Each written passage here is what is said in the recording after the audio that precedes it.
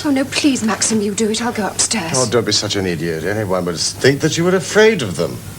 Well, I am afraid of him. At least not afraid. False alarm, Mrs. Danvers. It's all a mistake.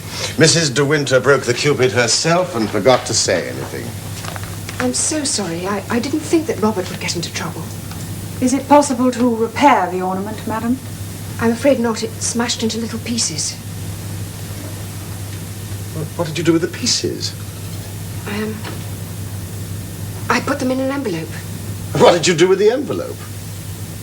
I put it at the back of one of the drawers in the writing desk. It looks as though Mrs. De Winter thought you would put her into prison, doesn't it, Mrs. Danvers? Would you find the pieces and send them up to London? If they're too far gone to be mended, it can't be helped. All right, Frith. Tell Robert to dry his tears.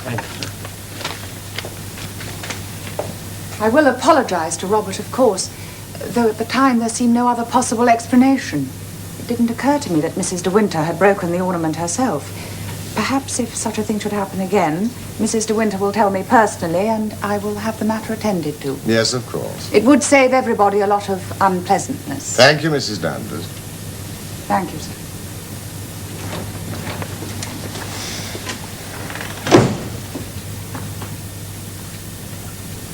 I'm sorry. I'm so sorry. No, I'm down. It doesn't matter. Well, of course it matters. I should have been more careful. Well, Mrs. Danvers must be furious with me. Well, what's she got to be furious about? It's not her piece of china. No, but she takes such a pride in it all. Oh, damn Mrs. Danvers. She's not God Almighty. You know, you're behaving like one of the maids, not mistress of the house. That's how I feel. Nonsense. Well, it's true. I feel inadequate.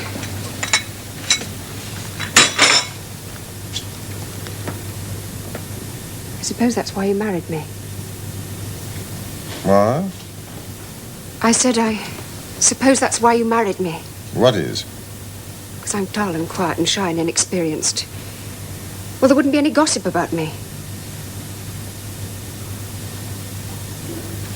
What do you mean by that?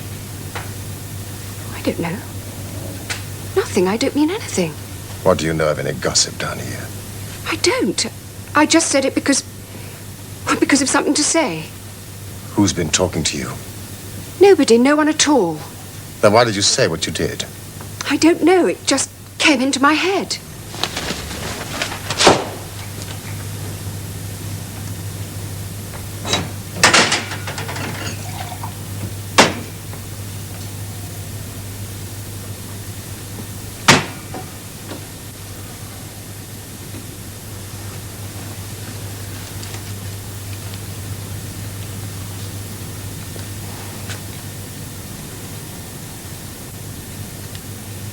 I wonder if I did a very selfish thing in marrying you. What do you mean? You should have married someone your own age. That's ridiculous. Is it? I love you more than anything in the world. You know that. Do you think you'll be happy here? Of course I'll be happy. You know I'll be happy. I love Monderley. Well, I hope so. We'll both be happy. You know that. Do I? Don't you?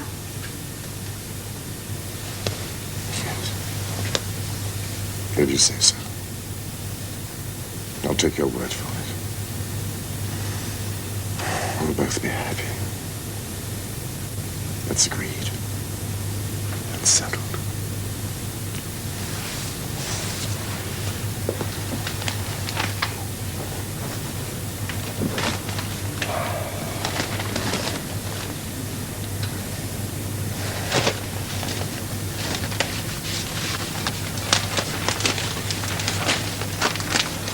If only I hadn't broken that wretched Cupid. Oh, damn the Cupid. Was it very valuable? Heaven knows, I suppose so. I've really forgotten. Did you buy it? It was given to us, I think. A wedding gift. Rebecca knew a lot about China. Oh, Maxim. Will you do something for me? What? Let's go for a drive tomorrow. Like we did in Monte Carlo. Let's take a picnic and go for a drive and spend the whole day alone together. I can't tomorrow, my darling. Why not? You know I can't, I told you. Told me what? I've got to go up to London. You're going to London? Didn't I tell you? I'm sure I told you. Why? Oh, there's a muddle over some investments. I'll only be gone a couple of days.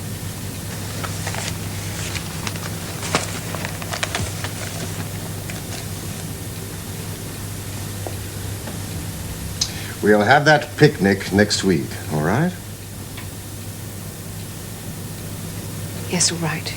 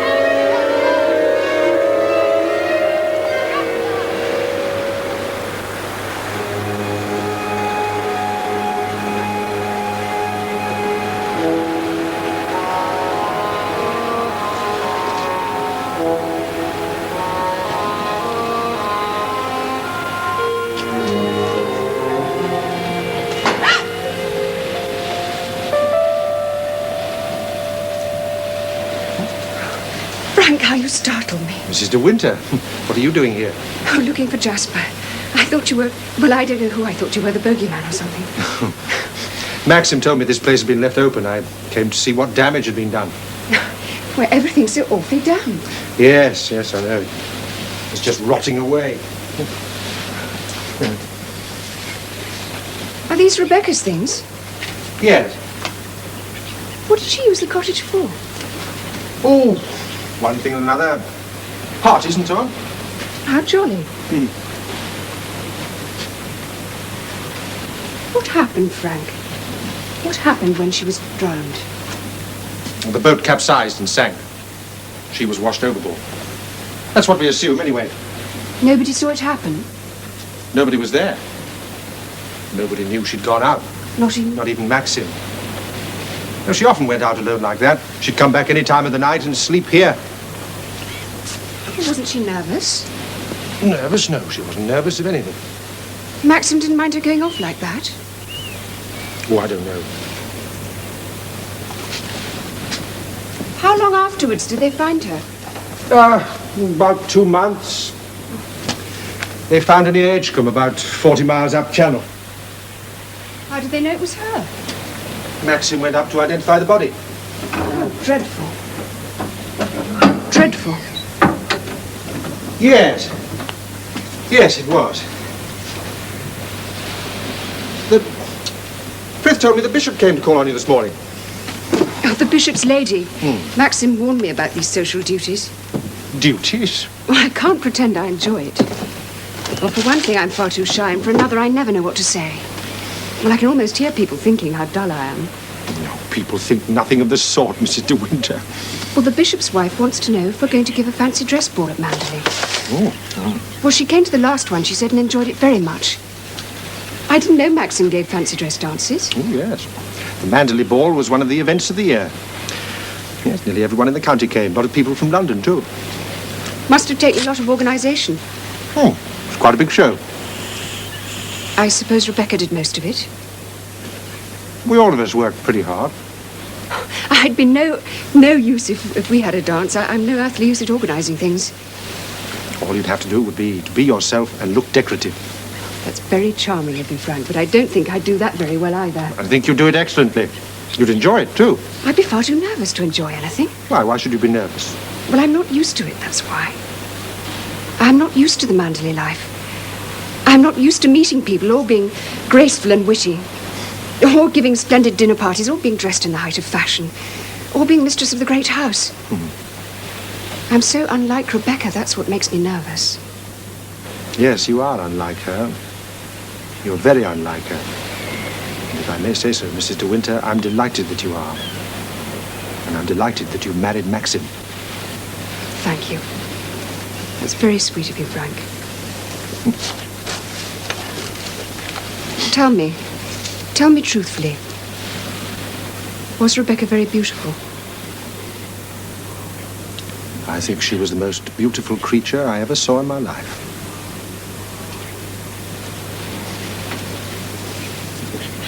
You going back to the house? No, not just yet. I must finish my survey first. Excuse me.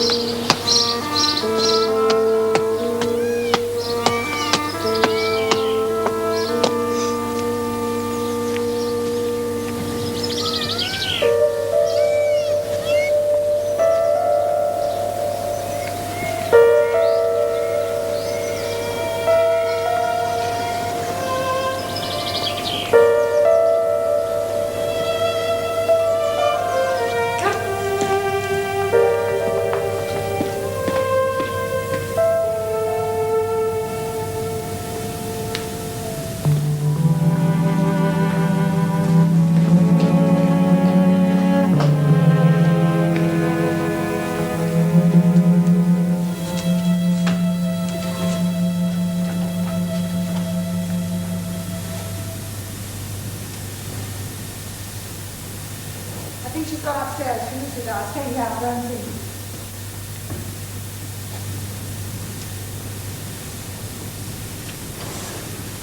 Jasper! Hello, you Mike. Holloway. Good dog. Here, boy. Here. Oh. I do beg your pardon. I didn't realize anyone was here. I've been out with the dog. Yes, so I see. He was quite a pup when I saw him last. Got a bit fat, hasn't he? Have one? I don't smoke. Don't you really? How's old Max? Well, he's very well, thank you. He's gone up to London. Left you all alone? Too bad. Wasn't he afraid someone's going to come and carry you off? Ah, Danny, there you are. Your precautions were all in vain. The mistress of the house was hiding behind the door. Well, aren't you going to introduce me? After all, it is the usual thing to pay one's respects to the bride. This is Mr. Favell, madam. How do you do? Well, won't you stay to tea? Now, isn't that a charming invitation? By heavens, Danny, I've a good mind to accept. But alas, I can't. What a shame. I suppose I'd better be going, hadn't I? Fetch my coat, Danny, do you mind?